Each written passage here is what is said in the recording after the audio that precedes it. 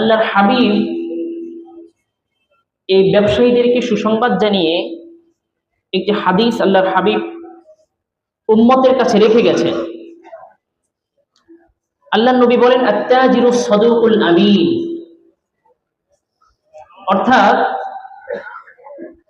আমানতদার এবং সত্যবাদী বিশ্বাসী, সত্যবাদী ব্যবসায়ী, আমানতদার এবং সত্যবাদী ব্যবসায়ী, এদের হাসর হবে কার সাথে?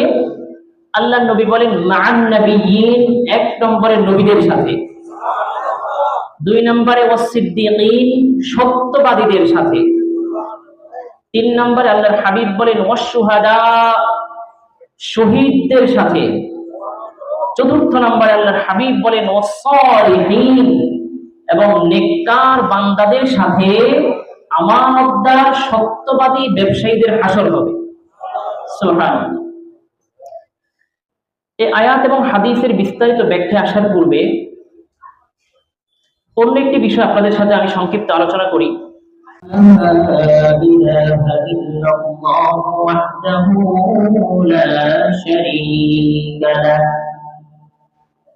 ونشهد أن سيدنا وسندنا وحبيبنا وحبيب ربنا وطبيبنا وطبيب قلوبنا ومولانا محمدا عبده ورسوله أرسله بالحق بشيرا ونذيرا وداعيا إلى الله بإذنه وسراجا منيرا. أما بعد فأعوذ بالله من الشيطان الرجيم. بسم الله الرحمن الرحيم. وأحل الله البيع وحرم الربا. وقال النبي صلى الله عليه وسلم التاجر الصدوق الأمين مع النبيين والصديقين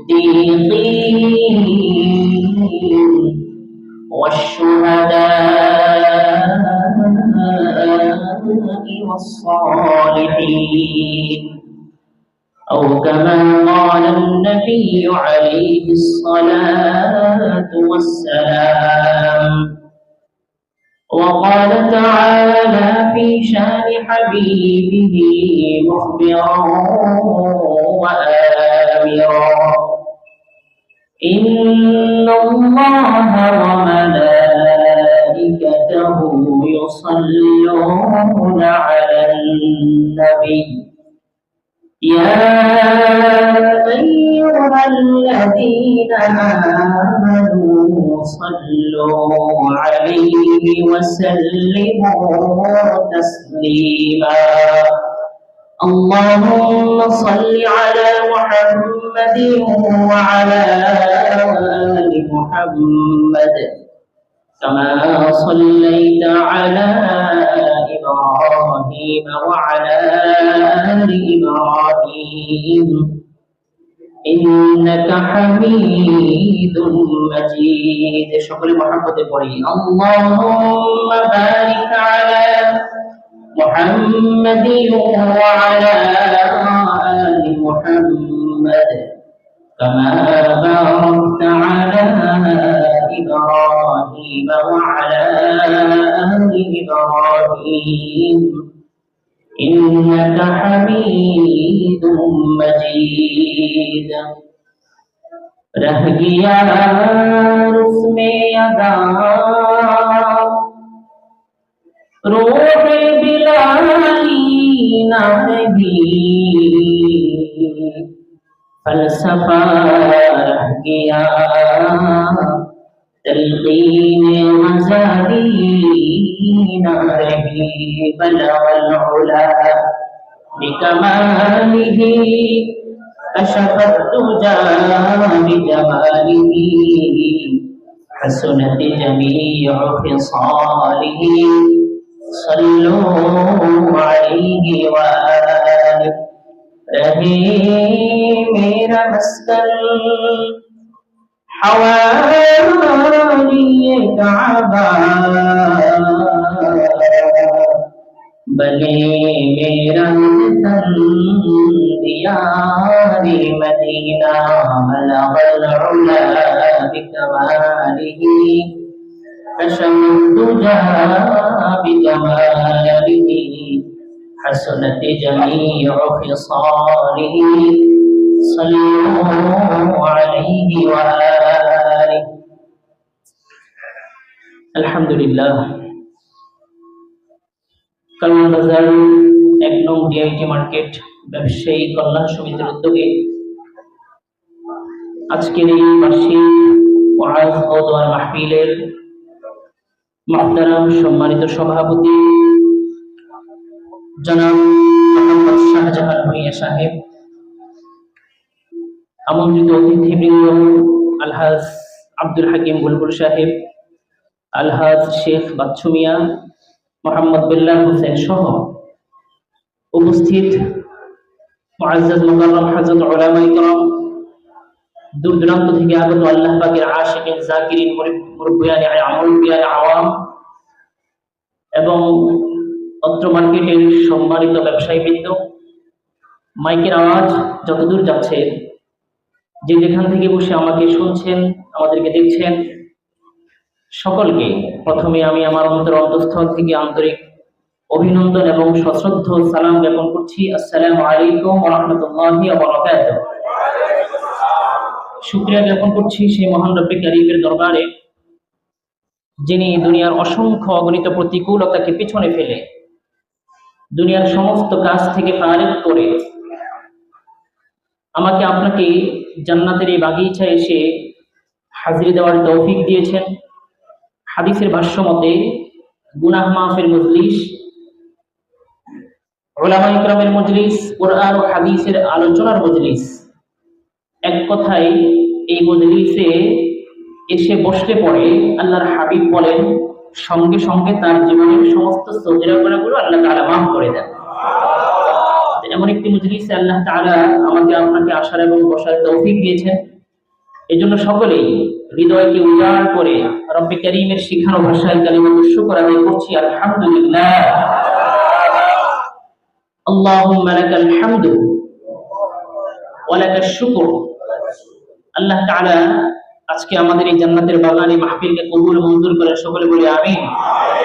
আল্লাহ তাআলা এই মাহফিলটাকে কিয়ামত পর্যন্ত দায়েম এবং কায়েম রাখুন, সকলে বলি আমিন। আল্লাহ তাআলা এই মার্কেটের সমস্ত ব্যবসায়ী ভাইদের যারা এই মাহফিলকে বাস্তবায়ন করার ক্ষেত্রে দিনকে রাত, রাতকে দিন বানিয়ে শ্রম দিয়েছেন, ঘাম দিয়েছেন, অর্থনৈতিকভাবে সহযোগিতা করেছেন, বুদ্ধি পরামর্শ দিয়েছেন এবং সামনের সারিতে থেকে যারা নেতৃত্ব দিয়েছেন, এদেরকে দেওয়ার মতো আমাদের কাছে তেমন কিছু নেই, তবে মালিকের দরবারে অভাব নেই। এজন্য আমরা দোয়া করছি যারা এই মাহফিলের ইন্তজাম করেছেন, আল্লাহ তাআলা তাদের সকলকে কাল কিয়ামতের ময়দানে নিজ হাতে এর বদলা দান করে, সকলে বলে আমিন। আজকে আমরা এখানে বসে যেভাবে একত্রিত হয়ে কোরআনুল কারীম থেকে, নবীজির হাদিস থেকে কথা শুনছি, একসাথে জোড়ে মিলে বসে আছি, আল্লাহ তাআলা কাল কিয়ামতের ময়দানে জান্নাতের ভেতরেও আমাকে আপনাকে এভাবে জান্নাতের দস্তরখানে একসাথে বসার তৌফিক দান করুন, সকলে। সম্মানিত মুসল্লিয়ান ইকরাম, সম্মানিত হাজিরিন, আমি আপনাদের সম্মুখে কোরআনুল কারীমের সূরাতুল বাকারা, এই সূরার 275তম আয়াতের অংশ বিশেষ তেলাওয়াত করেছি। হাদিস গ্রন্থের ইতিহাস সৃষ্টি করা হাদিস গ্রন্থ তিরমিজি শরীফ থেকে বিশ্বনবী, আখিরি নবী, হায়াতুন নবী সাইয়্যিদুনা মুহাম্মদুর রাসূলুল্লাহ সাল্লাল্লাহু আলাইহি ওয়াসাল্লামের অসংখ্য অগণিত হাদিস শরীফ থেকে ছোট্ট একটি হাদিস শরীফ তেলাওয়াত করেছি। এই আয়াত এবং হাদিসের তর্জমা প্রথমে আমি আপনাদের সামনে পেশ করছি। আয়াতের সংক্ষিপ্ত তর্জমা হলো আহাল্লাল্লাহুল বাইআ ওয়া হাররামার রিবা। একটি প্রসিদ্ধ আয়াত। এই আয়াত আমি আপনি আমাদের জীবনে অসংখ্য অগণিত বার শুনেছি, ঠিক না? আয়াতের সংক্ষিপ্ত তর্জমা হলো আল্লাহ তাআলা ব্যবসাকে করেছেন হালাল, অন্যদিকে সুদকে করেছেন হারাম। আল্লাহর হাবিব এই ব্যবসায়ীদেরকে সুসংবাদ জানিয়ে একটি হাদিস আল্লাহর হাবিব উম্মতের কাছে রেখে গেছেন। আল্লাহর নবী বলেন আত-তাজিরুস সাদুকুল আমিন, অর্থাৎ আমানতদার এবং সত্যবাদী বিশ্বাসী, সত্যবাদী ব্যবসায়ী, আমানতদার এবং সত্যবাদী ব্যবসায়ী, এদের হাসর হবে কার সাথে? আল্লাহর নবী বলেন মা'আন নাবিয়্যিন, এক নম্বরে নবীদের সাথে, দুই নম্বরে ওয়াস-সিদ্দীকিন, সত্যবাদীদের সাথে, তিন নম্বরে আল্লাহর হাবিব বলেন ওয়াস-শুহাদা, শহীদদের সাথে, চতুর্থ নম্বরে আল্লাহর হাবিব বলেন ওয়াস-সালিহিন, এবং নেককার বান্দাদের সাথে আমানতদার সত্যবাদী ব্যবসায়ীদের হাসর হবে। সুবহানাল্লাহ। এই আয়াত এবং হাদিসের বিস্তারিত ব্যাখ্যা আসার পূর্বে অন্য একটি বিষয় আপনাদের সাথে আমি সংক্ষিপ্ত আলোচনা করি।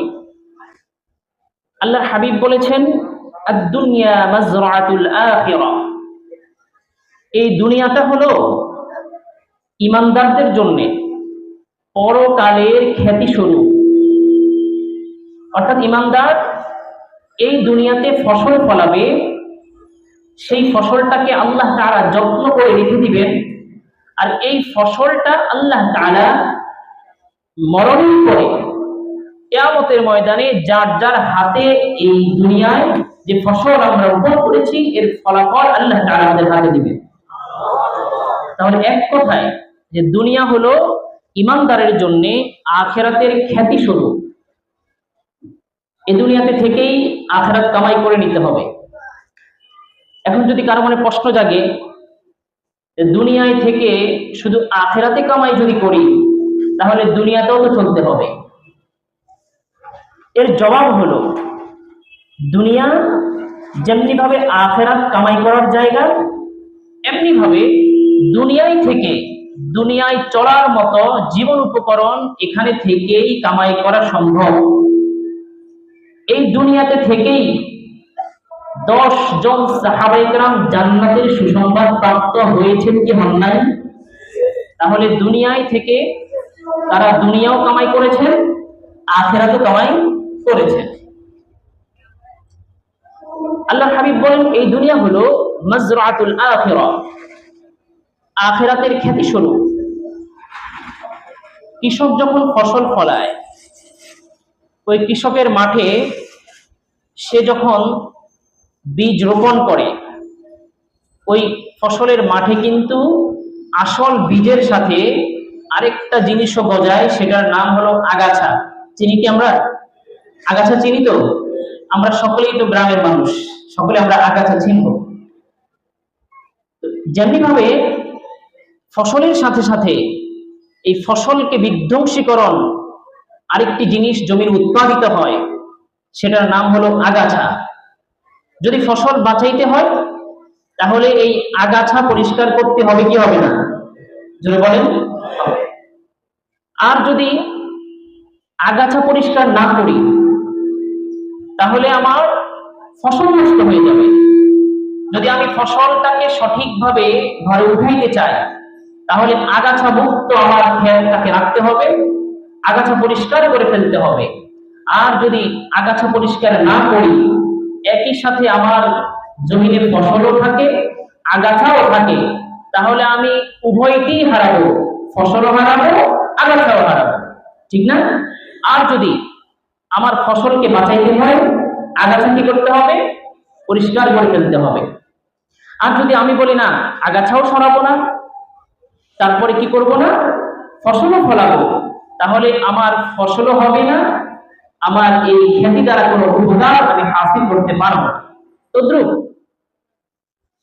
দুনিয়াতে থেকে ইমানদাররা যেমনি ভাবে নেক আমল করে, একদিকে নেক আমলের বীজ আমরা বপন করি, একদিকে আমরা হজ্জে বাইতুল্লাহর নেকি বপন করি, একদিকে আমরা দান খায়রাতের নেকি বপন করি, একদিকে আমরা যাকাতের নেকি বপন করি, অন্যদিকে অপরের হক নষ্ট করি, অন্যদিকে মিথ্যা কথাও বলি, অপরকে ধোঁকাও দেই, মাপে কমও দেই, তাহলে কেমন হলো? একসাথে আমি আমার বীজ রোপণ করলাম, একসাথে আগাছাকেও তার জায়গায় রেখে দিলাম। তাহলে আমার অবস্থা যদি এমন হয়, এই ক্ষেত থেকে আমি কখনো আসল এবং যথাযথ ফসল থেকে আমি উপকৃত হতে পারবো? পারবো না। এই ফসল থেকে যদি আমাকে উপকৃত হতে হয়, তাহলে একসাথে যেমনি ভাবে ফসলও ফলাতে হবে, সাথে সাথে ওই সুদ নামক, ঘুষ নামক, মিথ্যা কথা নামক, অপরকে ধোঁকা দেওয়া নামক, অপরের হক নষ্ট করা নামক এই আগাছাগুলোকেও পরিষ্কার করে ফেলতে হবে। ঠিক কি ঠিক না? দুটো একসাথে হবে না। আপনি এই পানির বোতলে যদি তৈল ঢুকান, এই তৈল আর পানি কখনোই একসাথ হবে না। আলো এবং অন্ধকার কখনো একসাথ হয় না। আলো আসলে অন্ধকার চলে যায়, আবার অন্ধকার আসলে আলো চলে যায়।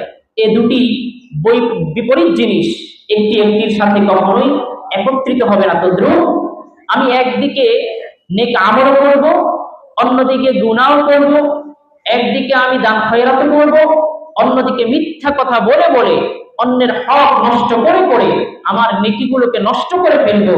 তার মানে হলো আমি কেমন যেন ওই বোকা কৃষকের মতো হয়ে গেলাম, যে নাকি খুব যত্ন করে বীজ বপন করি, আবার মিথ্যা কথাও বলি, আবার আগাছাগুলোকে তার আপন জায়গায় রেখে দেই। ওই কৃষক যেমন এই ফসল থেকে কখনোই উপকৃত হতে পারবে না, সুতরাং আমিও যদি আমার নেক আমলগুলোকে এই মিথ্যা, অপরের হক নষ্ট করা, অপরকে ধোঁকা দেওয়া, গরিবের এবং নিম্নবিত্ত মানুষের উপর জুলুম করা, এই আগাছাগুলোকে যতদিন পর্যন্ত আমি আমার অন্তর থেকে পরিষ্কার করতে না পারবো, ততদিন পর্যন্ত আমি আপনিও সফল মুমিন হতে পারবো না। এই জন্য আল্লাহ তাআলা বলছেন, দুনিয়াতে যদি মানুষকে চলতে হয়, তাহলে মানুষের রিজিকের প্রয়োজন আছে না নাই? অবশ্যই আছে। কারণ দুনিয়াতে থাকতে হলে, আমাদের এই শরীরকে জীবিত রাখতে হলে শরীরেরও কিছু চাহিদা আছে, শরীরের কিছু খাবার আছে। এই খাবারগুলোকে যদি আমরা যথাযথ শরীরকে না দেই, তাহলে এই শরীর দ্বারা আমরা নেক আমল করতে পারবো না, এই শরীর দ্বারা আমরা দুনিয়ারই কোনো কাজ করতে পারবো না। এজন্য আল্লাহর হাবিব বলেন, মুমিনের প্রতিটি কাজ কেমন যেন নেকি অর্জনের কাজ। মুমিনের প্রতিটি আমল, মুমিনের প্রতিটি কাজ আল্লাহ তাআলা নেক দ্বারা পরিপূর্ণ করে দিবেন। মুমিন খাবার খাবে কেন? শক্তি অর্জন করার জন্য। শক্তি অর্জন করবে উদ্দেশ্য কি? উদ্দেশ্য হলো শক্তি অর্জন করে নামাজ পড়বে। মুমিন খাবার খাবে শক্তি অর্জন করার জন্য। শক্তি অর্জন করে কি করবে? মুমিন এই শক্তি দিয়ে, শরীর দিয়ে হজ্জে বাইতুল্লাহ আদায় করবে, তাওয়াফ করবে, সাই করবে। যখন মুমিন এই উদ্দেশ্যে খাবার ভক্ষণ করবে, তখন এই মুমিনের খাবারটাও ইবাদতে পরিবর্তন হয়ে যায়। একজন মনোবিজ্ঞানী আছে, সেই মনোবিজ্ঞানী বলে, কার্ল মার্কস নামক একজন ইংরেজ মনোবিজ্ঞানী মানুষের মন নিয়েও গবেষণা করে। এই যুগে এমন বোকা মানুষও আমাদের সমাজে আছে যারা মানুষের মন নিয়ে গবেষণা করে। মানুষের, আমার আপনার মনে এই মুহূর্তে কি চায়, আমার মন কি চায় সেটা আমি জানি, আপনার মন কি চায় সেটা আপনি জানেন। তৃতীয় ব্যক্তি কিভাবে জানবে আমার মনের ভিতরে কি আছে? এবং তৃতীয় ব্যক্তি কিভাবে বলবে যে আমার মনের এবং আমার দেহের চালিকা শক্তি কি হতে পারে? তারপরেও আমরা যুক্তির খাতিরে মেনে নিলাম যে একজন মনোবিজ্ঞানী মানুষের মন নিয়ে গবেষণা করে তিনি তার গবেষণার ফল প্রকাশ করেছেন। তিনি বলেন, যেমনি ভাবে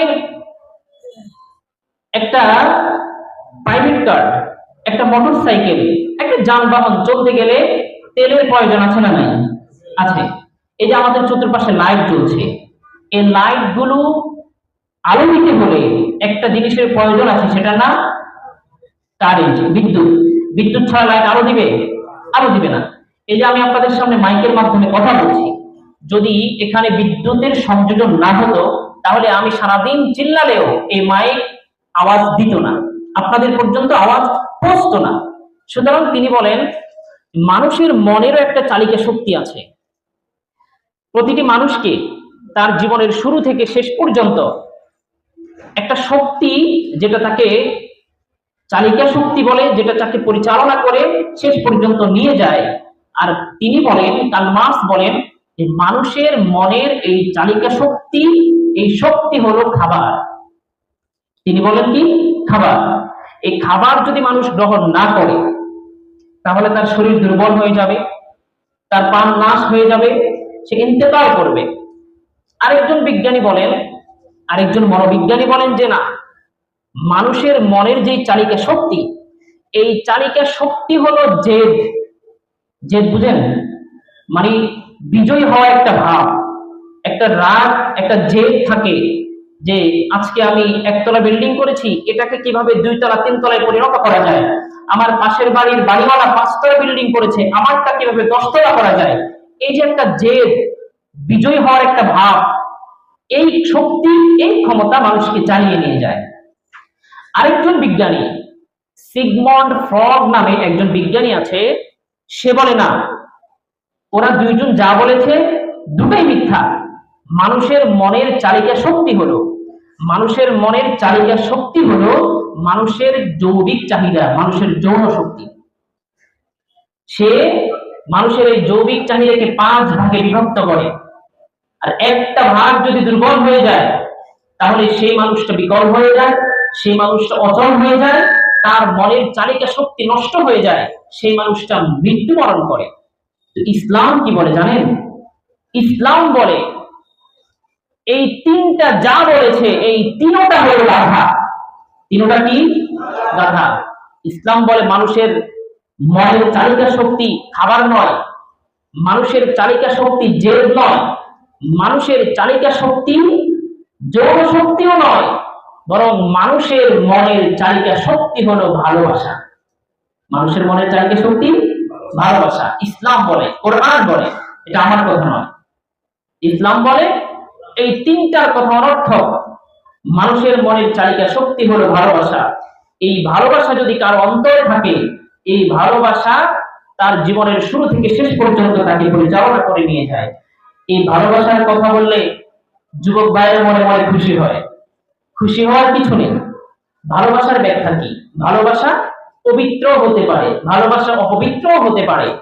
অপবিত্র ভালোবাসা, সেটা আপনাকে গুনাহের কাজে নিবেদিত করে, সেটা আপনাকে গুনাহের কাজে, বদ কাজে, অশালীন কাজে আপনাকে নিবেদিত করবে, এর পরিণাম জাহান্নাম। অন্যদিকে পবিত্র ভালোবাসা, হালাল ভালোবাসা, যেই ভালোবাসা আপনাকে উজ্জীবিত করে রাখবে, যেই ভালোবাসা আপনাকে আযানের সাথে সাথে মসজিদে টেনে নিয়ে যাবে, যেই ভালোবাসা আপনাকে নেক কাজের সাথে জড়িয়ে দিবে, যেই ভালোবাসা আপনাকে রবের সাথে জড়িয়ে দিবে, সেই ভালোবাসা আপনাকে নেকি অর্জনে সাহায্য করবে, ভালো কাজগুলো করতে সাহায্য করবে, পরিণাম জান্নাত। কথাটি কার? কোরআনের। আল্লাহ তাআলা কোরআনুল কারীমে এই ভালোবাসার সংজ্ঞা এভাবে দিচ্ছেন, ইন কুনতুম তুহিব্বুনাল্লাহ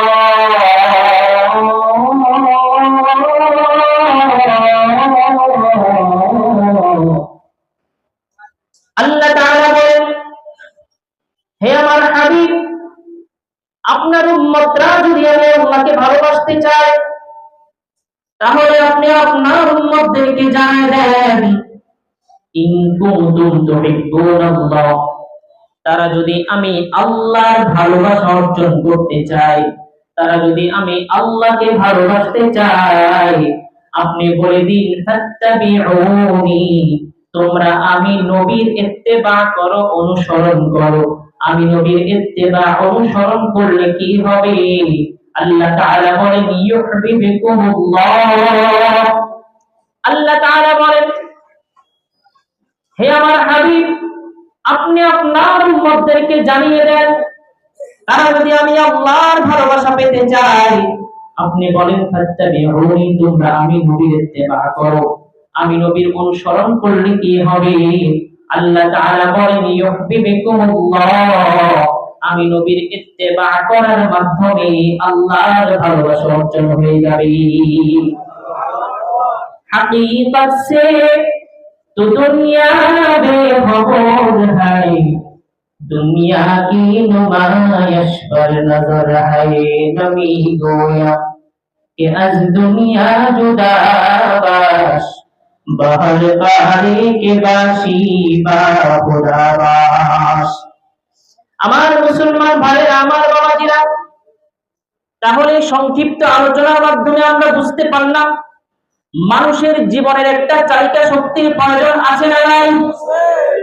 মানুষের জীবনের সেই চালিকা শক্তিটার নাম ভালোবাসা। কি বল? শক্তির নাম ভালোবাসা। আলোচনা ভুলে গেছি আমরা। আল্লাহ বলছেন মানুষের জীবনের চালিকা শক্তির নাম হলো ভালোবাসা। এই ভালোবাসাটা যদি রবের সাথে হয়, তাহলে এই ভালোবাসাটা হবে পবিত্র এবং হালাল ভালোবাসা। এই ভালোবাসাটা যদি রব ব্যতীত অন্য কারোর সাথে হয়, তাহলে সেটা হবে অপবিত্র এবং নাপাক ভালোবাসা। ঠিক কি ঠিক নয়? আমাদের ভালোবাসা সবই যেন হয় মহান রবের জন্য, রাগ ক্রোধ ঘৃণা দ্বন্দ্ব তাও যেন হয় শুধু প্রভু তোমার জন্য। ঠিক কি ঠিক না? তাহলে আমরা ভালোবাসবো একজনকে, কার নাম? আমরা কাউকে ভালোবাসবো আল্লাহর জন্য, আবার কাউকে আমরা হিংসা করব আল্লাহর জন্য। আমরা কাউকে কোনো কিছু দান করব আল্লাহর জন্য, আমরা কাউকে কোনো কিছু দান করা থেকে বিরত থাকবো একজনের জন্য। চিল্লায় বলেন তার নাম মান আহাব্বা লিল্লাহ ওয়া আবগাদা লিল্লাহ ওয়া মান আলিল্লাহ ওয়া আতা লিল্লাহ ফাকাদ ইসতাকমালাল ঈমান। আল্লাহর হাবিব বলেন, কেউ যখন কাউকে আল্লাহর জন্য ভালোবাসবে, কাউকে আল্লাহর জন্য হিংসা করবে, কাউকে আল্লাহর জন্য কিছু দান করবে, কাউকে আল্লাহর জন্য কিছু দান করা থেকে বিরত থাকবে, এই চারটি কাজ হবে আল্লাহর সন্তুষ্টির জন্য। আল্লাহ হাবিব বলেন এটা দলিল এবং প্রমাণ হলো ফাকাদ ইসতাকমালাল ঈমান, ওই ঈমানদার পরিপূর্ণ ঈমানদারে রূপান্তরিত হবে। পরিপূর্ণ ঈমানদারে সে রূপান্তরিত হবে, পরিণত হবে। তো যাই হোক, এই দুনিয়াতে চলতে হলে আমাদের রিজিকের প্রয়োজন আছে। যদি আমরা প্রথম মনোবিজ্ঞানীর কথাটাকেও, তার যুক্তিটাকেও যদি আমরা বাস্তবে ধরে নেই, তাহলে অবশ্যই মানুষকে দুনিয়ায় বাঁচতে হলে রিজিকের প্রয়োজন। এই শরীরটাকে খাবার দেওয়ার প্রয়োজন। শরীর যদি আমাদের খাবার গ্রহণ করতে না পারে, তাহলে আমাদের শরীর অসুস্থ হয়ে যাবে, শক্তি সঞ্চার হবে না। এর ফলে কি হবে? আমরা আল্লাহর ইবাদতেও মনোযোগ দিতে পারবো না। ঠিক কি ঠিক না? আল্লাহ তাআলা আমাদেরকে এই দুনিয়াতে রিজিক গ্রহণকরণের অনেকগুলো উপকরণ দিয়েছেন, রিজিক অন্বেষণ করার অনেকগুলো খাত দিয়েছেন, অনেকগুলো উপকরণ দিয়েছেন। এর মধ্যে সাউন্ড এমন হলো কেন ভাই? রিভার্বটা দেন। এর মধ্যে সব থেকে বেশি দুটি উপায়ে আমরা রিজিক তালাশ করি, আমরা দুনিয়াবাসী রিজিক অন্বেষণ করে থাকি। এর মধ্যে সব থেকে বেশি আমরা যেই মাধ্যমে রিজিক অন্বেষণ করি, সেই মাধ্যমের নাম হলো ব্যবসা। সেই মাধ্যমের নাম ব্যবসা। 2 নম্বরে, আমরা এই দুনিয়ার মানুষ সব থেকে বেশি 2 নম্বরে যে উপায়ে, যেই মাধ্যমে রিজিক অন্বেষণ করি, সেই উপায়, সেই মাধ্যমের নাম হলো চাকরি। ঠিক কি ঠিক না? এই দুটি উপায়েই আমরা বেশিরভাগ মানুষ রিজিক অন্বেষণ করে থাকি, হয়তো ব্যবসা, না হয় চাকরি। আপনি বলবেন আমি তো শ্রমিক, শ্রম দেই, তো শ্রম দিতে গেলেও তো কারো না কারো চাকরি করতে হয়, ঠিক কি ঠিক না? একদিনের জন্য, 2 দিনের জন্য, 1 ঘন্টার জন্য আপনি শ্রমিক হলেন, 1 রাতের জন্য শ্রমিক হলেন, কারো না কারো চাকরিটা আপনি করছেন। এই জন্য আমরা দুনিয়ার সিংহভাগ মানুষ দুটি উপায়ে আমরা রিজিক অন্বেষণ করি। 1 নম্বর ব্যবসা, 2 নম্বর চাকরি। এই ব্যবসা, এটাকে আল্লাহ তাআলা হালাল করেছেন। এর বিপরীতে আল্লাহ তাআলা বলছেন যে সুদকে আমি হারাম করেছি, রিবাকে হারাম করেছি, আর বাই' তথা ব্যবসাকে আমি হালাল করেছি। এটা শুধু আল্লাহ তাআলাই ঘোষণা দেননি, আল্লাহর হাবিব বলেন আত-তাজিরু সাদুকুল আমিন মা'আন নাবিয়্যিন ওয়াস সিদ্দীকিন ওয়াস শুহাদা'i ওয়াস সালিহিন। ব্যবসায়ীদের মূল্য কত জানো ভাইয়া? আল্লাহর নবী বলেন ব্যবসায়ীদের মূল্য এত বেশি, আল্লাহর হাবিব কখনো বলেন নাই যে যারা সরকারি চাকরি করবে, যারা সচিব হবে, এমনি ভাবে যারা ঊর্ধ্বতন কর্মকর্তা হবে তাদের হাসর হবে নবীদের সাথে, তাদের হাসর হবে সিদ্দীকীনদের সাথে। এমন কথা আল্লাহর হাবিব বলেননি।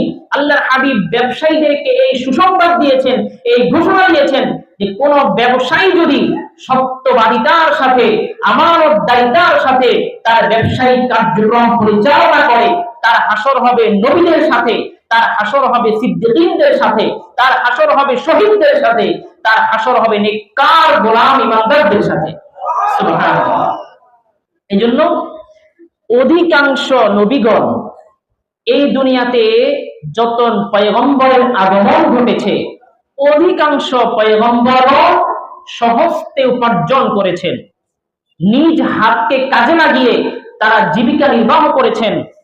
খোদ আমার আপনার পয়গম্বরও নিজ হাতে জীবিকা নির্বাহ করেছেন, কি করেন নাই?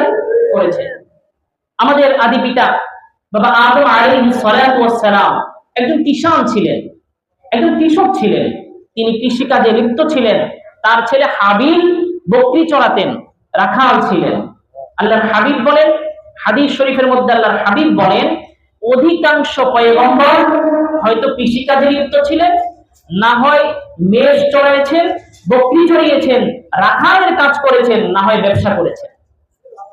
তাহলে ব্যবসায়ী যারা আছি, আমাদেরকে আল্লাহর হাবিব যে সুসংবাদ শুনিয়েছেন, এত সুন্দর একটা সহিহ সনদে একটা হাদিস আল্লাহর হাবিব বলেছেন, এই ব্যবসায়ী যারা আছি আমরা খুশি হয়েছি না বেজার হয়েছি? তবে ব্যবসা হতে হবে কিসের সাথে? আমানতদারিতার সাথে। ব্যবসা হতে হবে কিসের সাথে? সত্যবাদিতার সাথে। ব্যবসা হতে হবে আমানতের সাথে, সত্যবাদিতার সাথে। এবং ব্যবসা হতে হবে হালাল পণ্যের ব্যবসা। কিসের ব্যবসা? হালাল পণ্যের ব্যবসা। যদি আমি আমার শর্তগুলো পূরণ করতে পারি, তাহলে আল্লাহর হাবিবের যে ঘোষণা আল্লাহর হাবিব দিয়েছেন আমাদের হাসর নবীদের সাথে হয়ে যাবে। সুবহানাল্লাহ। এজন্য আমরা যদি ইতিহাসের দিকে লক্ষ্য করি, তাহলে সমস্ত পয়গম্বরের জীবনী যদি আমরা অন্বেষণ করি, অধিকাংশ পয়গম্বরগণ হয়তো কৃষিকাজে লিপ্ত ছিলেন, না হয় রাখাল ছিলেন, বকরি চড়িয়েছেন, আর না হয় অধিকাংশ পয়গম্বরগণ ব্যবসায়ী কাজের সাথে জড়িত ছিলেন। আমার আপনার পয়গম্বর ব্যবসা করতেন। তিনি 2 বার ব্যবসার উদ্দেশ্যে ব্যবসায়ী কাফেরার সাথে সিরিয়া গমন করেছেন। মক্কার সব থেকে ধনী ব্যবসায়ী ছিলেন আম্মা জান খাদিজাতুল কুবরা রাদিয়াল্লাহু তাআলা আনহা। তার ব্যবসায়ী কাফেরা যখন মক্কা থেকে যখন সিরিয়ার উদ্দেশ্যে রওনা দিবে, তার ব্যবসার কার্যক্রমগুলো, তার ব্যবসার জিম্মাদারি নিয়ে একজন আমানত ব্যক্তিকে তিনি পুরো মক্কা শহর ঘুরে বেড়াচ্ছেন। পুরো মক্কায় যখন তিনি খোঁজ লাগাই দিলেন, এমন কোন আমানতদারকে যদি পাওয়া যায় যাকে আমি আমার ব্যবসায়িক কাফেরার প্রধান বানিয়ে পাঠাবো, আমার ব্যবসায়িক সমস্ত পণ্যের জামিনদার তাকে বানিয়ে দিব। আল্লাহর নবীর চাচা আল্লাহর নবীকে যখন এসে প্রস্তাব করলেন, ভাতিজা মুহাম্মদ, এই মক্কার সব থেকে বড় ধনী ব্যবসায়ী হলো খাদিজা, ওই খাদিজা তোমার মতো একজন আমানতদারকে খুঁজে দাও।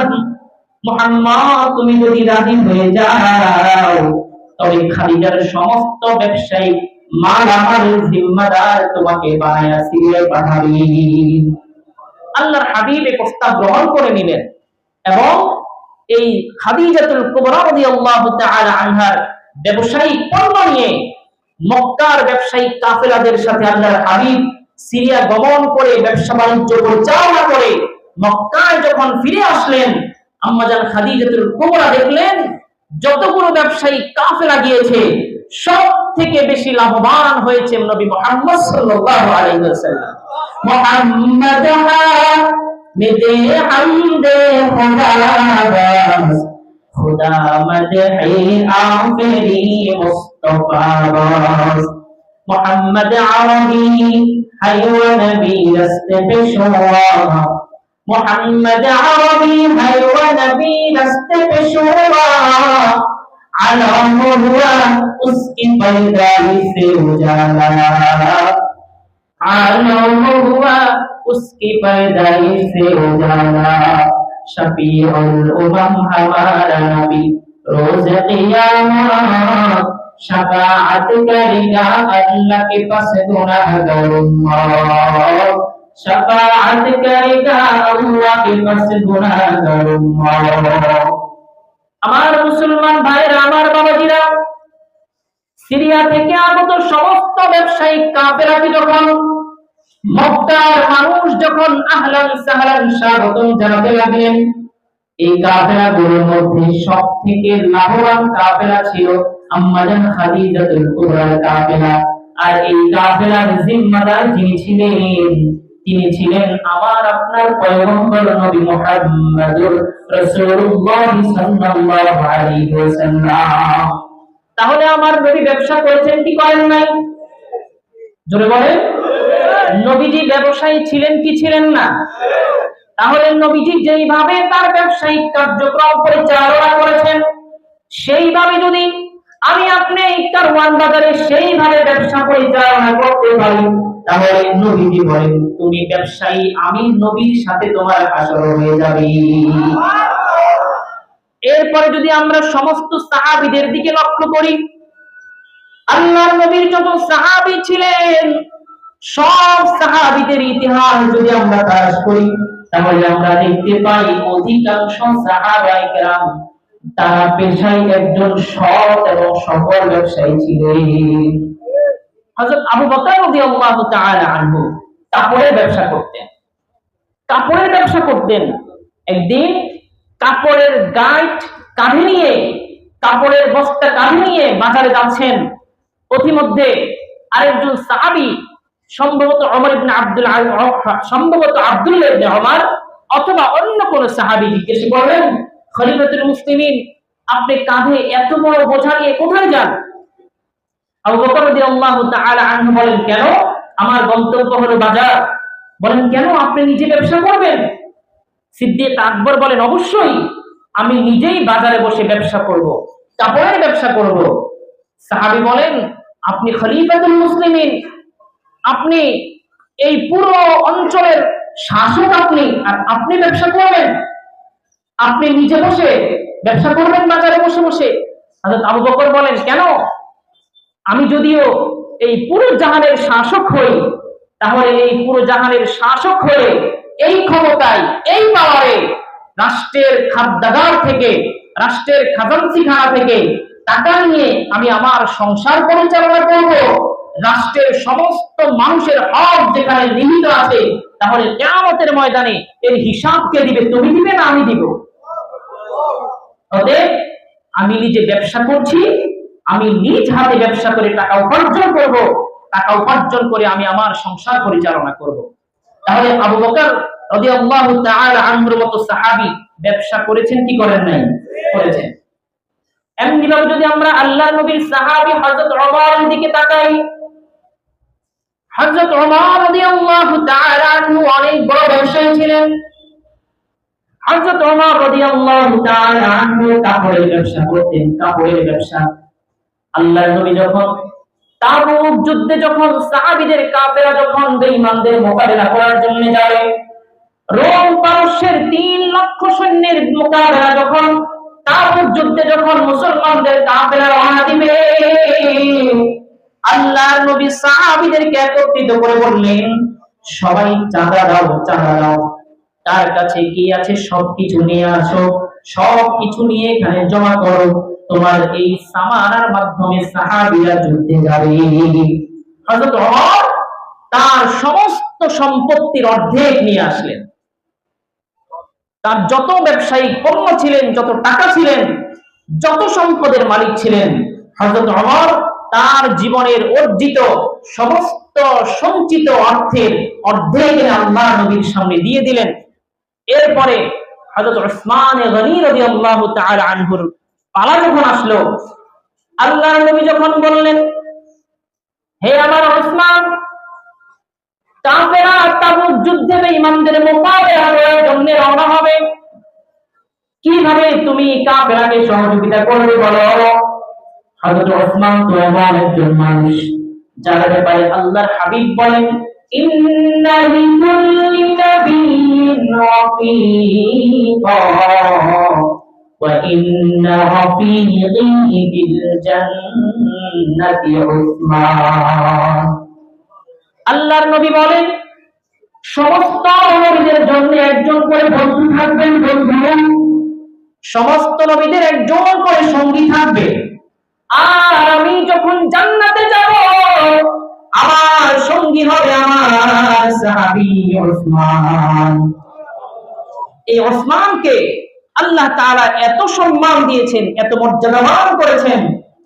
আল্লাহর হাবিবের কাছে যখন হযরত ওসমানের আগমন ঘটতো, আল্লাহর নবী হযরত ওসমানকে এত সম্মান করতেন, ওসমানকে এত লজ্জা পেতেন যে নবীজি একটু নড়ে চড়ে বসতেন এবং নবীজির সমস্ত শরীরকে সুন্দরভাবে চাদর দিয়ে আবৃত করে তিনি ওসমানের সাথে অত্যন্ত শালীনভাবে বসতেন। কেন ওসমানের এই সম্মান? আম্মা জান আয়েশা রাদিয়াল্লাহু তাআলা আনহা জিজ্ঞাসা করলেন, ইয়া রাসূলুল্লাহ, ইয়া হাবিবাল্লাহ, আপনার কাছে তো অনেক বড় বড় সাহাবীরা আছেন, আপনার কাছে মক্কার অনেক নামী নেতা লিডাররাও আছেন, কারো সামনে তো আপনাকে আমি এত আশান, এত জড়সড় হয়ে বসতে দেখি না। ওসমানের জন্য আপনার কি এমন, ওসমানের জন্য আপনার কি এমন দুর্বলতা আছে যে ওসমানের আগমনে আপনি নবীজি এত সুন্দর করে বসেন, আপনার পায়ের একটা আঙ্গুলিও ওসমানের সামনে প্রকাশ করেন না? আল্লাহর নবী বলেন, ইয়া আয়েশা, আলা আস্তাহি মিন রাজুলিন ওয়াল্লাহি মিনাল মালাইকাতা তাস্তাহি মিনহু। আল্লাহর নবী বলেন, হে আয়েশা, আমি ওই ব্যক্তিকে কেন এত লজ্জা পাবো না? আমি হযরত ওসমানকে কেন এত লজ্জা করব না? নবীজি আল্লাহর শপথ করে বলেন, আল্লাহর কসম, হে আয়েশা, আসমানের সমস্ত ফেরেশতারাও হযরত ওসমানকে দেখে লজ্জিত হয়ে যায়।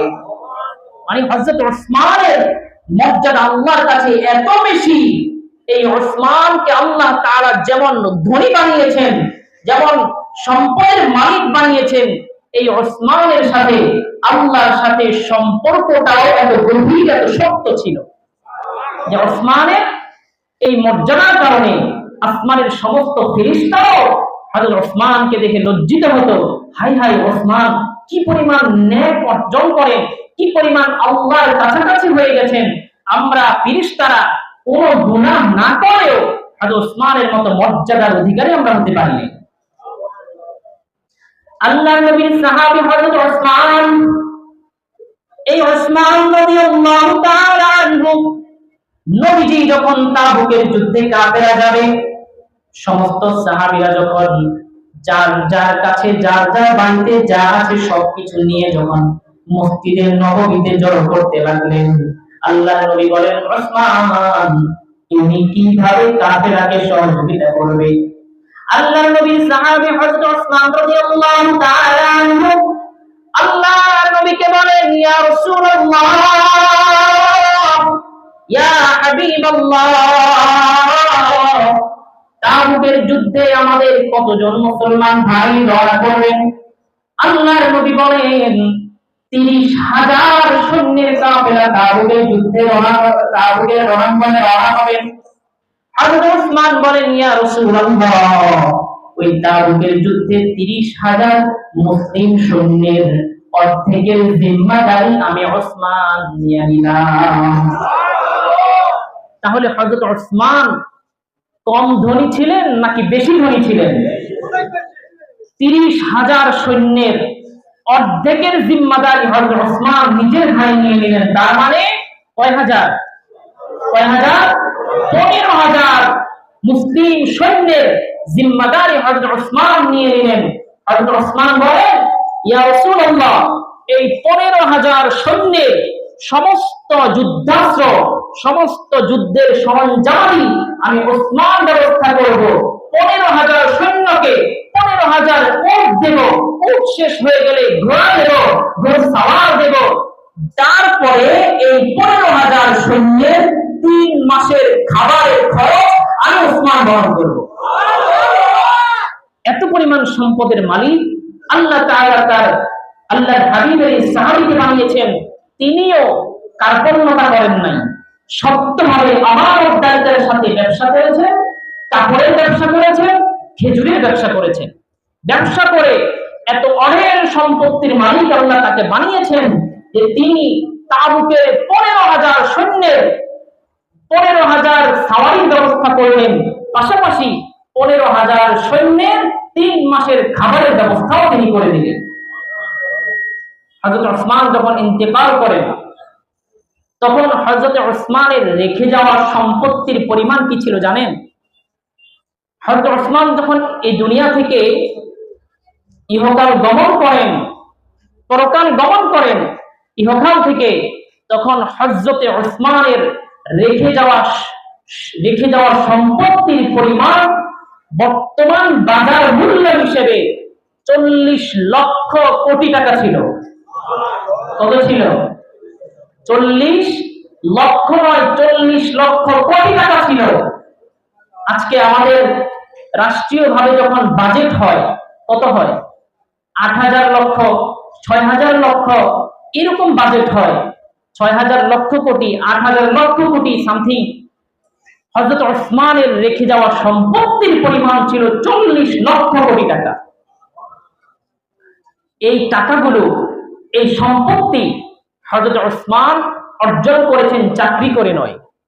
হযরত ওসমান অর্জন করেছেন কারো মাল আত্মসাৎ করে নয়, কারো মাল চুরি করে নয়। কারো উপর হযরত ওসমান কিন্তু খলিফা ছিলেন, খলিফা এবং শাসকের প্রভাব খাটিয়ে কারো থেকে এই মাল আত্মসাৎ করে নেন নাই, এই মাল হাতিয়ে নেন নাই। হযরত ওসমান আমানতদারিতা এবং সত্যবাদিতার সাথে ব্যবসা করেছেন। এই ব্যবসায় বরকত দিয়েছেন একজন, তার নাম আল্লাহ তাআলা বরকত দিয়েছেন। এরপরে আল্লাহর নবীর আরেকজন সাহাবী ছিলেন, সেই সাহাবীর নাম হলো আব্দুর রহমান ইবনে আউফ রাদিয়াল্লাহু তাআলা আনহু। এই আব্দুর রহমান ইবনে আউফ রাদিয়াল্লাহু তাআলা আনহু মক্কা থেকে যখন মদিনায় হিজরত করে চলে আসেন, আব্দুর রহমান ইবনে আউফ তিনি হলেন মুহাজির। অন্যদিকে মদিনায় অবস্থানরত সাহাবীরা তারা ছিলেন সবাই আনসার। আনসার সাহাবীদের মধ্যে হযরত সাদ ইবনে রাবিয়া রাদিয়াল্লাহু তাআলা আনহু আনসারী মদিনার সাহাবীদের মধ্যে সবথেকে বড় কোটিপতি তিনি ছিলেন, সবথেকে বড় ব্যবসায়ী তিনি ছিলেন। মদিনার প্রতিটি বাজারে, প্রতিটি প্রসিদ্ধ বাজারে সাদ ইবনে রাবিয়ার ব্যবসা ছিল, সাদ ইবনে রাবিয়ার গোদাম ছিল, সাদ ইবনে রাবিয়ার গোদাম ছিল, আও ছিল। আব্দুর রহমান ইবনে আউফ রাদিয়াল্লাহু তাআলা আনহু মক্কা থেকে যখন মদিনায় হিজরত করে চলে আসেন, আল্লাহর হাবিব সাল্লাল্লাহু আলাইহি ওয়াসাল্লাম আব্দুর রহমান ইবনে আউফকে সাদ ইবনে রাবিয়ার সাথে ভ্রাতৃত্বের বন্ধন গড়িয়ে দিলেন, উভয়কে ভাইয়ের সম্পর্ক করে দিলেন। আল্লাহর হাবিব বললেন যে, হে সাদ ইবনে রাবিয়া, তুমি হলে এই মদিনা আনসারী সাহাবীদের মধ্যে সবথেকে ধনী, তোমার ব্যবসা বাণিজ্য সব মিলিয়ে তোমার থেকে ধনী আনসারীদের মধ্যে আর কেউ নেই।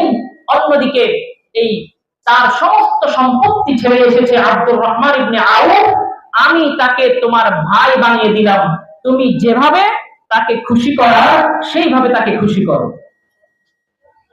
আনসারী সাহাবী সাদ ইবনে রাবিআ রাদিয়াল্লাহু তাআলা আনহু আব্দুর রহমান ইবনে আউফকে বলে, হে আব্দুর রহমান, আল্লাহর হাবিব তোমাকে আজকে আমার ভাই বানিয়ে দিলেন। এই মদিনায় আমার থেকে বড় কোনো ব্যবসায়ী নাই, আমার মতো বড় কোনো সম্পদশালী নাই। আজকে নবীজি যেহেতু তোমাকে আমার ভাই বানায় দিলেন, আমার এই সম্পত্তিতে একক আমার মালিকানা থাকবে না, আমার সমস্ত সম্পত্তিকে দুই ভাগ করে এক ভাগ আমি তোমাকে দিয়ে দিলাম, এক ভাগ তোমাকে দিয়ে দিলাম, আরেক ভাগ সম্পত্তি আমার থাকবে। আব্দুর রহমান ইবনে আউফ রাদিয়াল্লাহু তাআলা আনহু ব্যক্তিত্ব সম্পন্ন মানুষ ছিলেন, অনেক সম্পদের মালিক ছিলেন। মক্কায় মদিনায় এসে নিঃস্ব হয়ে গেলেন, সবকিছু ওই আবু জাহেল বেঈমানরা দখল করে নিয়েছে। আব্দুর রহমান ইবনে আউফ বলে, ভাই সাদ, নবীজি তোমাকে আমার ভাই বানিয়েছেন, তাই বলে তোমার সমস্ত সম্পত্তির অর্ধেক আমাকে দিয়ে দিবে? এই সম্পত্তি আমার প্রয়োজন নেই, বরং তুমি আমাকে মদিনার তোমাদের বাজারটা দেখিয়ে দাও, তোমাদের বাজারের রাস্তা কোন দিকে। আব্দুর রহমান ইবনে আউফ রাদিয়াল্লাহু তাআলা আনহু সাদ ইবনে রাবিআর সহযোগিতা যখন নিলেন, সাদ বললেন, মদিনার তাইনুকা, মদিনার ওকাস বাজার, ওই যে বাজারের পথ, ওই পথ ধরে তুমি মদিনার বাজারে যেতে পারবে। আব্দুর রহমান ইবনে আউফ বাজারের পথ ধরে মদিনার বনু তাইনুকা এর বাজারে চলে গেলেন। বাজারে যাওয়ার পরে আব্দুর রহমান ইবনে আউফ তার হাতে সঞ্চিত সামান্য কিছু দিনার দিরহাম ছিল। এই দিরহামগুলো দিয়ে তিনি চিন্তা করলেন কি ব্যবসা করা যায়।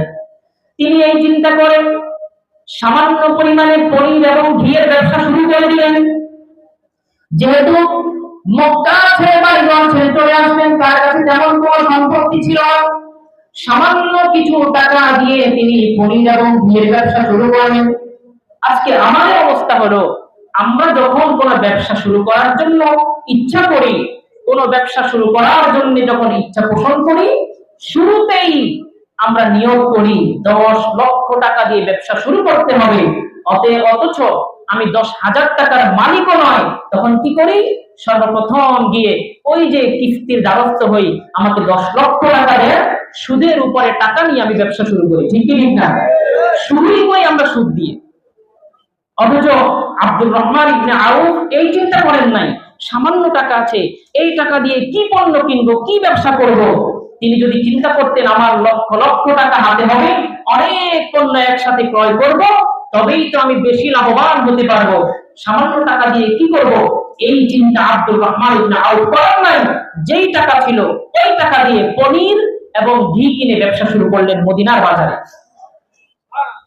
এই আব্দুর রহমান ইবনে আউফ আল্লাহর উপর অবিচল আস্থা এবং বিশ্বাসের সাথে যখন ব্যবসা শুরু করে দিলেন, সত্যবাদিতা এবং আমানতদারিতার সাথে আব্দুর রহমান ইবনে আউফ যখন ব্যবসা শুরু করলেন, এক পর্যায়ে আল্লাহ তাআলা তার ব্যবসায় এত বরকত দিলেন, আজকে যেমন এইদিকে কারওয়ান বাজার, ওইদিকে যেমন বড় বাজার হলো যাত্রাবাড়ি, অন্যদিকে বড় বাজার যেমন হাজারীবাগ, আর যেমন বড় বড় বাজার গুলো আছে, তখন মদিনার বড় বাজারের নাম ছিল ওকাস, মদিনার বড় বাজারের নাম ছিল বনু তাইনুকা, মদিনার বড় বাজারের নাম ছিল মিহনা। এই সমস্ত বড় বড় বাজারে এমন কোন বাজার, এমন কোন মোড়, এমন কোন জনবসতি ছিল না যেখানে আব্দুর রহমান ইবনে আউফের ব্যবসা ছিল না। বরকত দিয়েছেন কে? তিনি সত্যবাদিতা এবং আমানতদারির সাথে যখন ব্যবসা করেন, ব্যবসাকে তিনি তুচ্ছ করে দেখেন নাই, অল্প পুঁজি দিয়ে ব্যবসা শুরু করলে এক পর্যায়ে মদিনার এমন কোনো সুপ্রসিদ্ধ বাজার ছিল না, যেই বাজারগুলো তৎকালীন ইহুদিদের দখলে ছিল। সব থেকে বড় বড় ব্যবসা তখন ইহুদিদের ছিল। ইহুদিদের সাথেই তখন, ইহুদিদের হাতেই তখন সমস্ত মদিনার অর্থনীতির চাকা তখন তারাই ঘোরাতো। কিন্তু আল্লাহর নবী যখন মদিনায় আগমন করলেন, এই ইহুদিরা তখন মদিনা ছেড়ে আরো অনেক দূরে গিয়ে যখন বসতি করে, এক পর্যায়ে মদিনার সমস্ত ব্যবসা বাণিজ্য, সমস্ত অর্থ সম্পত্তি, সমস্ত ব্যবসায়িক কার্যক্রম মুসলমানদের হস্তগত হয়ে যায়। এই আব্দুর রহমান ইবনে আউফের মতো সাহাবীদের হাতে তখন মদিনার ব্যবসার, মদিনার বাজারের চাবিকাঠি তখন তাদের হাতে চলে আসে। মদিনার এমন কোন বাজার ছিল না যেখানে আব্দুর রহমান ইবনে আউফের আড়ত ছিল না, আব্দুর রহমান ইবনে আউফের গোডাউন ছিল না। সব বাজারে আব্দুর রহমান ইবনে আউফের শোরুম ছিল। হঠাৎ করে একদিন এই আব্দুর রহমান ইবনে আউফ রাদিয়াল্লাহু তাআলা আনহু মিশর এবং সিরিয়া থেকে 1-2টি নয়, 100-200 নয়, 700টি উট বোঝাই করা মাল সিরিয়া থেকে মদিনায় আগমন করে।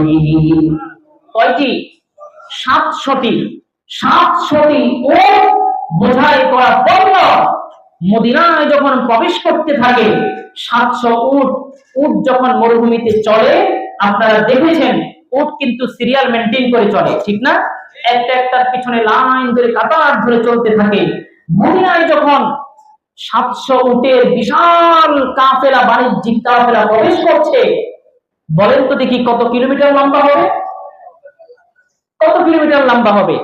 আব্দুর রহমান ইবনে আউফের এই ব্যবসায়িক পণ্য যখন মদিনার বাজারগুলোতে, মদিনার অলিতে গলিতে প্রবেশ করে, পুরো মদিনাবাসীর কাছে হইচই শুরু হয়ে গেল। এত বড় ব্যবসায়িক পণ্যের কাফেলা কার হতে পারে? আব্দুর রহমান ইবনে আউফ রাদিয়াল্লাহু তাআলা আনহু এই ব্যবসায়িক 700 উট যখন বোঝাই করা পণ্য নিয়ে যখন মদিনায় প্রবেশ করে, মদিনার সমস্ত মানুষগুলো ঘর থেকে বাড়িয়ে চলে আসে। মদিনার সমস্ত মহল্লায় মহল্লায় সবার মধ্যে কেমন যেন হইচই শুরু হয়ে যায়। সবাই বলতে থাকে, এত বড় বাণিজ্যিক কাফেলার মালিককে, এত বড় বাণিজ্যিক কাফেলা কার? আব্দুর রহমান ইবনে আউফ বলেন, কি হয়েছে তোমাদের? তোমরা এত পেরেশান হয়ে গেছো কেন? সবাই বলে, আর তুমি দেখো না কত বড় এক ব্যবসায়িক কাফেলা, প্রত্যেকটি উট দিনার দিরহাম দিয়ে, বিভিন্ন পণ্য দিয়ে বোঝাই করা। তুমি দেখো না এত বড় কাফেলা কার? আব্দুর রহমান ইবনে আউফ বলেন, আরে এত বড় কাফেলা দেখে তোমরা কেন এত বিচলিত হয়ে যাচ্ছ? আজকে এই 700 উটের যে কাফেলা আমার এসেছে, আমি নিয়োগ করেছি এই 700 উট বোঝাই করা যে পণ্য, যে দিনার, যে দিরহাম আল্লাহ আমাকে দিয়েছেন, এই সব কিছুকে আমি মদিনার মানুষের কাছে বন্টন করে দেব। সুবহানাল্লাহ। আব্দুর রহমান ইবনে আউফ রাদিয়াল্লাহু তাআলা আনহু এই 700 উট বোঝাইকৃত পণ্যগুলোকে সমস্ত মদিনাবাসীর কাছে বন্টন করে দিলেন। এই আব্দুর রহমান ইবনে আউফ রাদিয়াল্লাহু তাআলা আনহু যখন এই ইহকাল ত্যাগ করে পরকাল গমন করেন, তখন তার সম্পত্তির পরিমাণ ছিল বর্তমান বাজার মূল্য অনুযায়ী 160 কোটি টাকা। কত ছিল? 160 কোটি টাকা। 2022 সনে আমেরিকা থেকে প্রকাশিত হয়েছে। আমরা তো জানি বর্তমান বিশ্বের সব থেকে ধনী ব্যক্তির নাম কি? কি নাম জানেন না আপনারা? রানী বিলকিস। রানী বিলকিস আবার কে? বর্তমান যুগের সব থেকে সম্পদশালীর নাম বিল গেটস। বিল গেটস না, বিল গেটস। জানেন না সবাই? বর্তমান বিশ্বের সব থেকে কোটিপতির নাম হলো বিল গেটস। আমরা বিল গেটস এর নাম জানি, এত বেশি দিন থাকে না, কিছুদিন পর পরই সিরিয়াল পরিবর্তন হয়ে যায়। আমেরিকা থেকে প্রকাশিত তথ্য অনুযায়ী 2022 সনে তারা প্রকাশ করেছে, এ যাবৎ পর্যন্ত দুনিয়াতে আব্দুর রহমান ইবনে আউফের থেকে বড় কোনো কোটিপতির আগমন ঘটে নাই। তারা অকপটে স্বীকার করে নিয়েছে, আব্দুর রহমান ইবনে আউফ যেই পরিমাণ সম্পত্তির মালিক ছিলেন, তার থেকে বড় কোটিপতি 1450-1500 বছরে এখন পর্যন্ত দুনিয়ায় তার আগমন ঘটে না। একাই তিনি এত সম্পত্তির মালিক ছিলেন। এই সব সম্পত্তির মালিক তাকে বানিয়েছেন কে? কেন? তিনি কিভাবে ব্যবসা করেছেন? হালাল ভাবে না হারাম ভাবে? সৎ ভাবে না অসৎ ভাবে? সৎ ভাবে ব্যবসার মাধ্যমে। এই 700 উটকে যদি আপনি 10,000 করে হিসাব করেন কত হয়? 7 কোটি নাকি? তখনই 7 কোটি টাকার পণ্য তিনি মদিনার মানুষের কাছে বিলিয়ে দিলেন। আমার মুসলমান ভাইয়েরা, আমার বাবাজিরা, এইভাবে যদি আমরা অনেক সাহাবীদের জীবন যদি তালাশ করি তাহলে আমরা দেখতে পাবো কেউ না কেউ কোনো না কোনো ভাবে ব্যবসার সাথে জড়িত ছিলেন। এমনকি একজন সাহাবী আল্লাহর হাবিবকে এত বেশি ভালোবাসতেন, ওই সাহাবী বলেন, আমি আমার জীবনে নবীজির এমন কোন সুন্নত নাই, নবীজির এমন কোন আমল নাই যে আমলটা আমি নিজে আমার জীবনে বাস্তবায়ন করি নাই। তিনি বলেন, নবীজির জীবনে এমন কোন আমল, এমন কোন নবীজির সুন্নাহ নেই যে সুন্নত আমি পালন করি নাই। শুধুমাত্র একটি সুন্নত আমার পালন করা বাকি, একটি সুন্নত আমি পালন করতে পারি নাই। সেটি কি? সেটি হলো আমার নবী ব্যবসা করেছেন, নবীজি ব্যবসায়ী ছিলেন, আমি এখনো পর্যন্ত ব্যবসা করতে পারি নাই। ব্যবসায়ী হওয়ার যে সুন্নত, এই সুন্নতটা আমার অবশিষ্ট হয়ে গেছে। এই কারণে এই সাহাবী একদিনের জন্য ব্যবসায়ী হয়েছে। আল্লাহু আকবার বলবেন না? একদিনের জন্য ব্যবসায়ী হয়ে নবীজির ব্যবসায়ী হওয়ার সুন্নতটাও পালন করেছে। শুধু তাই নয়, আমরা যদি দেখি আমাদের মাযহাব হলো 4টি। 4 মাযহাবের 4 ইমামের ইতিহাস যদি আমরা তালাশ করি তাহলে আমরা দেখতে পাই 4 মাযহাবের 4 ইমাম তারাও ব্যবসায়ী ছিলেন। আমরা যে মাযহাবের অনুসরণ করি সেই মাযহাবের নাম হানাফি মাযহাব। কি মাযহাব? হানাফি মাযহাব। যে মাযহাবের মত অনুযায়ী, যে মাযহাবের দিক নির্দেশনা অনুযায়ী আমরা ইবাদত করি, আমরা যে মাযহাবকে ফলো করি, এই মাযহাবের যিনি ইমামের নাম হলো ইমাম আবু হানিফা রাহমাতুল্লাহি আলাইহি। এই ইমাম আবু হানিফা রাহমাতুল্লাহি আলাইহির জীবনী যদি আপনি তালাশ করেন তাহলে দেখতে পাবেন ইমামে আযম আবু হানিফা রাহমাতুল্লাহি আলাইহি একজন ব্যবসায়ী ছিলেন। কাপড়ের ব্যবসা করতেন, কাপড়ের ব্যবসা। ইমাম আযম আবু হানিফা রাহমাতুল্লাহি আলাইহি তার সাথে বসরার একজন শরীকদার ব্যবসায়ী ছিল। আপনারা কি আমার কথা বুঝতেছেন? বসরার একজন শরীক ব্যবসায়ী ছিল, ইমাম আযমের সাথে ব্যবসা করতেন। ইমাম আবু হানিফা একবার 70টি খুব দামি দামি কাপড়ের টুকরা ওই বসরার তার শরীকদারের কাছে পাঠিয়েছেন এবং প্রত্যেকটি কাপড়ের সাথে তিনি মূল্য লিখে দিয়েছেন, খবরদার এই যে মূল্য আমি নির্ধারণ করলাম এর অতিরিক্ত 1 টাকাও বেশি বিক্রি করতে পারবে না। তবে এই 70টি কাপড়ের মধ্যে একটি কাপড় এমন আছে যেই কাপড়ে সামান্য ঝামেলা আছে, একটু খুঁত আছে, এই কাপড়টা অন্য কাপড়ের তুলনায় কম মূল্যে বিক্রি করবে, সেই কম মূল্য আমি লিখে দিলাম, এর অতিরিক্ত বিক্রি করার সুযোগ তোমাকে দেওয়া হয় নাই। ইমামে আযম যখন পণ্যগুলো পাঠিয়ে দিলেন, বসরার তার শরীক ব্যবসায়ী সব কাপড়গুলো বিক্রি করে 30,000 দিরহাম নিয়ে নোমান বিন সাবিত ইমাম আবু হানিফার দরবারে যখন হাজির হয়, ইমাম আবু হানিফা বলে, কাপড়গুলো তুমি কয় টাকা বিক্রি করেছো? শরীকদার বলে, হে নোমান বিন সাবিত, কাপড়গুলো আমি 30,000 দিরহামে বিক্রি করলাম। ইমাম আযম বলেন, একটি কাপড়ের টুকরার মধ্যে ভেজাল ছিল, একটি কাপড়ের টুকরার মধ্যে সামান্য ঝামেলা ছিল, ওই কাপড়টাকে আমি তোমাকে কম মূল্যে বিক্রি করতে বললাম, ওই কাপড়টাকে তুমি কত টাকায় বিক্রি করেছো? শরীকদার বলেন, নোমান বিন সাবিত, আপনি আমাকে যে লিখে দিলেন সেটা আমি ভুলে গিয়েছি, আমি সমস্ত কাপড় তো একই মূল্যে বিক্রি করে দিয়েছি। ইমামে আযম বলেন, এটা তুমি কি করেছো? সেই কাপড় ক্রেতা কেনার কারণে, সমমান মূল্যে দিয়ে কেনার কারণে সে ক্ষতিগ্রস্ত হয়েছে, কারণ সেই কাপড় অন্য কাপড়গুলোর মতো পরিপূর্ণ ভালো ছিল না, একটু ঝামেলা ছিল। ইমাম আজম কি করলেন জানেন? ওই কাপড়ের মূল্য থেকে বিন্দু মাত্র চালাও নিলেন না, লভ্যাংশ নিলেন না, সমস্ত টাকাগুলোকে সদকা করে দিলেন। এইভাবে সৎ এবং আমানতদারিতার সাথে যদি কেউ ব্যবসা পরিচালনা করতে পারে, তাহলে ওই ব্যবসায়ীদের জন্য নবীজি বলেছেন আপনাদের হাসর হবে নবীদের সাথে, শহীদদের সাথে। আজকে আমরা ব্যবসা করি, অনেক ধরনের ঝামেলা আমাদের মধ্যে হয়, যেগুলো বলতে গেলে অনেকের সাথে মিলে যাবে, মিলে গেলেও কি হবে, রাগান্বিত হওয়ার কিছু নেই। আমার ব্যবসা যদি নবীর সুন্নাহ মোতাবেক, আমার ব্যবসা যদি আমার দায়িত্বের সাথে না হয়, আমি সওয়াবের বিনিময়ে গুনাহের ভাগীদার হব।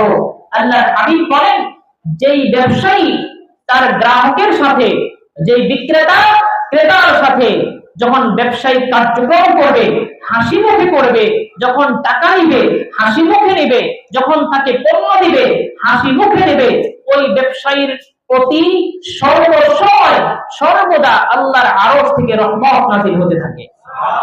অন্যদিকে যেই ব্যবসায়ী গ্রাহকদের সাথে খারাপ আচরণ করে, গ্রাহকদের সাথে রূঢ় আচরণ করে, রাগান্বিত হয়ে কথা বলে, তার প্রতি রহমতের ফেরেশতারা আসে না, তার প্রতি সর্বসময় আল্লাহর গজব নাযিল হতে থাকে। ফেরেশতারা তার জন্য বদদুআ করতে থাকে। এজন্য আমরা যখন ব্যবসা করব, গ্রাহকদের সাথে সুন্দর আচরণ করব নাকি অসুন্দর আচরণ করব? সুন্দর আচরণ করব, ভদ্রভাবে ভালোভাবে কথা বলবো। আমাদের ম্যাক্সিমাম ব্যবসায়ের একটা সমস্যা হলো, আমরা দোকানের উপরে বড় করে লিখে দেই বিক্রিত মাল ফেরত নেওয়া হয় না। এটা লিখি না? লিখি।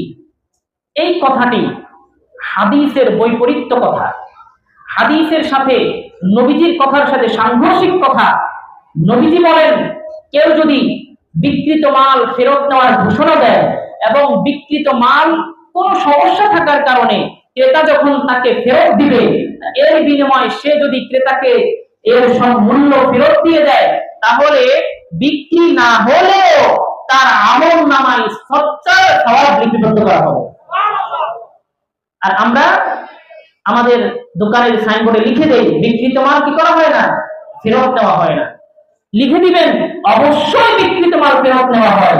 কেউ যখন আপনার কাছে পণ্য ফেরত দিতে আসবে, সে কি আপনাকে মানে মন চাইছে কিংবা সুখে কি ফেরত দিতে আসবে না? সে নিশ্চয়ই কোনো প্রতারণার শিকার হয়েছে, অথবা তার পণ্যটির প্রয়োজন নেই, অথবা সে যেই কাজে নিয়েছে সেই কাজে আর পণ্যটি ব্যবহার হবে না, অথবা সে যে মূল্যে নেওয়ার কথা ছিল আপনার কাছ থেকে বেশি মূল্যে নিতে হয়েছে, এজন্য সে আপনাকে বিক্রিত মালটি ফেরত দিতে এসছে।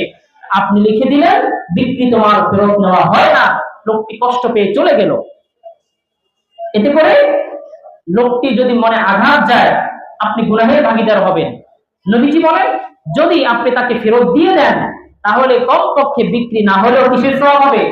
সদকার সওয়াব পেয়ে যাবেন। আল্লাহ তাআলা আমাদেরকে তৌফিক দান করুন। এক নম্বর কথা হলো, আহাল্লাল্লাহুল বাইআ ওয়া হারামার রিবা। আল্লাহ তাআলা ব্যবসাকে করেছেন হালাল, অন্যদিকে সুদকে করেছেন হারাম। আজকে আমাদের যুব সমাজের একটা অধঃপতন হলো, আমরা যখন গ্রাজুয়েশন শেষ করে ফেলি, পড়ালেখা যখন শেষ হয়ে যায়, অনার্স মাস্টার্স যখন কমপ্লিট করি, তখন আমার টার্গেট থাকে কিভাবে আমাকে একটা চাকরি নেওয়া যায়, কিভাবে একটা চাকরিতে প্রবেশ করা যায়, একটা চাকরিতে জয়েন করা যায়, একজনের চাকর আমি কিভাবে হতে পারি। অথচ আমরা এই চিন্তা একবার করি না যে আরেকজনের চাকর কেন হতে যাব। আমি আমার হাতকে কাজে লাগাই, চাকরি খুঁজতে থাকি, চাকরি মিলে গেলে তো ভালো, এই পর্যন্ত আমি আমার হাতকে কাজে লাগাই। আমি নিজে একজন উদ্যোক্তা হয়ে আমি আমার পাড়া প্রতিবেশী আরো 10 জনকে আমি যেন সহযোগিতা করতে পারি, এই সেন্টিমেন্ট আমাদের থাকা দরকার। আমরা পড়ালেখা শেষ মানেই হলে চাকরি খুঁজতে হবে এবং ব্যবসা শুরু করব, তো কি করব? আমাকে 10 লক্ষ টাকা, 5 লক্ষ টাকা, লক্ষাধিক টাকা নিয়ে আমাকে ব্যবসা শুরু করতে হবে। না হয় ব্যবসা দিয়ে আমি কি করব? এই অল্প টাকায় পুঁজি দিয়ে আমি কি করব? এজন্য আমরা পরিশেষ এর পরিণাম হলো, টাকা যখন আমার কাছে নেই, তখন গিয়ে আমি ওই এনজিওর কাছে, তখন গিয়ে আমি ওই সমিতি কিস্তির কাছে গিয়ে দ্বারস্থ হই, এর ফলে আমি সুদের সাথে যুক্ত হয়ে যাই, আমার ব্যবসা আমি শুরু থেকেই সুদ দিয়ে শুরু করি, নাউযুবিল্লাহ। এজন্য আমাদের ব্যবসায় বরকত হয় না, এজন্য ব্যবসায় বরকত হয় না। বরং আব্দুর রহমান ইবনে আউফের মতো যদি আমরা যেই পুঁজি আছে সেই পুঁজি দিয়ে আল্লাহর উপর তাওয়াক্কুল করে আমানতদারিতা এবং সত্যবাদিতার সাথে যখন ব্যবসা শুরু করব, তাহলে সেই ব্যবসাকে বরকত দিয়ে, সেই ব্যবসাতে ভরপুর বরকত দেওয়ার মালিক যিনি, তিনি কে? আল্লাহ। এজন্য যেই পরিমাণ পুঁজি আমার কাছে থাকবে সেই পরিমাণ পুঁজি নিয়ে আমি আল্লাহর উপর ভরসা করে ব্যবসা শুরু করে দিব, করবো তো ইনশাআল্লাহ। আরেকটা কথা হলো, আমরা কোনোভাবেই গ্রাহকদের সাথে মন্দ আচরণ করব না। যদি মন্দ আচরণ না করি, রহমতের ফেরেশতারা আমাদের জন্য দোয়া করবেন, সকাল থেকে সন্ধ্যা পর্যন্ত আমার উপর আল্লাহর পক্ষ থেকে রহমতের বারিধারা বর্ষণ হতেই থাকবে, হতেই থাকবে। সুবহানাল্লাহ। 2 নম্বর কথা হলো ওয়াহাররামার রিবা। আল্লাহ তাআলা সুদকে করেছেন কি? হারাম। সুদকে হারাম করেছেন, ব্যবসাকে হালাল করেছেন। অনেকেই ব্যবসা করতে তো কিছু কষ্ট লাগে, কিছু সময় ব্যয় হয়, কিছু টাকা ব্যয় হয়, এজন্য আমরা বিনা পুঁজিতে আরেকটা ব্যবসা শুরু করি, সেটা হলো সুদের ব্যবসা। আমাদের সমাজে সুদ আছে না নাই? আছে না নাই? কেমন সুদ আছে? সমাজের প্রতিটি রন্ধ্রে রন্ধ্রে সুদ এমন ভাবে প্রবেশ করেছে, এই কথা আল্লাহর হাবিব আরো 1500 বছর আগে বলে দিয়েছেন যে শেষ সময় এমন একটি যুগ আসবে, আমার উম্মতরা সে যখন পয়সা ইনকাম করতে যাবে, রুজি করতে যাবে, এটা সে বিচার করবে না, এটা তার দেখার সময় নেই আমি কি হারাম জায়গা থেকে পয়সা কামাই করছি নাকি হারাম জায়গা থেকে পয়সা কামাই করছি। এই যুগ মনে হয় এখনো আসে নাই। এই যুগ আসছে? আমরা পয়সা ইনকাম করতে গেলে এটা কি আগে খুঁজি হালাল পথে পয়সা আসছে নাকি হারাম পথে পয়সা আসছে, কয়জন খুঁজি? তাহলে আল্লাহর নবীর এই কথা আজকে আমাদের এই যুগের সাথে মিলে গেছে কি মিলে নাই? মিলেছে। আল্লাহর নবী বলেন, যারা সুদ খাবে, লাআনাল্লাহু লাআনা রাসূলুল্লাহ সাল্লাল্লাহু আলাইহি ওয়াসাল্লাম আকিলার রিবা ওয়া মুকিলাহু ওয়া কাতিবাহু ওয়া শাহিদাইহি ওয়া ক্বালাহু সাওয়া। আল্লাহর নবী বলেন, নবীজি বলেন, যে সুদ খায়, যে সুদ গ্রহণ করে এবং যে সুদ দেয়, সুদ দাতা, সুদ গ্রহীতা, এবং যে সুদের কার্যক্রম লিপিবদ্ধ করে এবং যে সুদী কারবারের সাক্ষী থাকে, আল্লাহর নবী বলেন এদের সবার প্রতি আল্লাহর রাসূল লানত করেছেন এবং এদের সবার শাস্তি কিন্তু সমান সমান। আপনি বলবেন আমি তো সুদ খাই না, কিন্তু আপনি সুদী কারবারের সাক্ষী ছিলেন। আপনি বলবেন আমি তো সুদ দেই না, আপনি সুদী কারবারের লিপিবদ্ধ করে আপনি যে লিখেছেন, কাগজে লিখে দলিল করেছেন। আল্লাহর নবী বলেন সুদ দাতা, সুদ গ্রহীতা এবং সুদের সাক্ষী এবং সুদের কার্যক্রম যে লিপিবদ্ধ করবে, অপরাহুম সাওয়াউন, এদের সবার শাস্তি হবে বরাবর। নাউযুবিল্লাহ বলবেন না? আশরাফ আলী থানভী রাহমাতুল্লাহি আলাইহি বলেন, তিনি তার তাফসীর গ্রন্থে বলেন সবার শাস্তি সমান সমানের মানে হলো সবার অপরাধ কিন্তু সমান। হয়তো আল্লাহ তাআলা সাজা দেওয়ার ক্ষেত্রে যার যার অবস্থান অনুযায়ী তাকে সাজা দেবেন, কিন্তু অপরাধ কিন্তু সবার সমান। যেমন আমরা যখন অপবিত্র হই, ইস্তিনজা প্রস্রাব করার মাধ্যমে অপবিত্র হই, আবার টয়লেট সারার মাধ্যমে কি হই? অপবিত্র হই। তবে প্রস্রাব করার থেকে টয়লেটের মাধ্যমে অপবিত্র হওয়াটা বেশি শক্তিশালী না? বেশি শক্তিশালী। তবে হুকুম কি? হুকুম বরাবর, প্রস্রাব করলে অপবিত্র হব, আবার টয়লেট করলে অপবিত্র হব, ওযু করে পবিত্র হতে হবে। তবে উভয় নাপাকি সমান নয়, উভয় নাপাকি এক নয়। এজন্য থানভী রাহমাতুল্লাহি আলাইহি বলেন উভয়ের শাস্তি, উভয়ের অপরাধ এক, কিন্তু হয়তো আল্লাহ তাআলা শাস্তি দেওয়ার ক্ষেত্রে তাদেরকে কম বেশি করে দিতে পারেন, তবে অপরাধ সবার এক। আল্লাহর নবী বলেন শুধু তাই নয়, যে উম্মত সুদ ভক্ষণ করবে দিরহাম রিবা ইয়াকুলুহু রাজুলু ওয়া হুয়া ইয়ালামু আশাদ্দু মিন সিত্তাতিন ওয়া সালাতিনা সারিয়া। আল্লাহর নবী বলেন, এক দিরহাম সুদ যে ভক্ষণ করবে, বেশি লাগবে না, বেশি হাজার হাজার লাগবে না, এক দিরহাম সামান্য পরিমাণে সুদ যে ভক্ষণ করবে, ওয়াহুয়া ইয়ালামু জেনে শুনে সুদ ভক্ষণ করবে, এর পরিণাম হলো আশাদ্দু মিন সিত্তাতিন ওয়া সালাতিনা জানিয়া, কমপক্ষে 36 বার জিনা করার গুনাহ তার আমলনামায় লেখা হবে। এক দিরহাম সুদ যে ভক্ষণ করবে 36 বার তার আমলনামায় জিনার গুনাহ লেখা হবে। নাউযুবিল্লাহ। আল্লাহ নবী আরো বলেন, লিররিবা 70 জুজআন, লিররিবা 70 জুজআন আইসারুহা আইয়ানতিহার রাজুলু উম্মাহ। আল্লাহর নবী বলেন, সুদের 70 এর অধিক স্তর আছে। সুদদাতা এবং সুদ গ্রহীতার অপরাধের স্তর হলো 70 এর অধিক। আর এই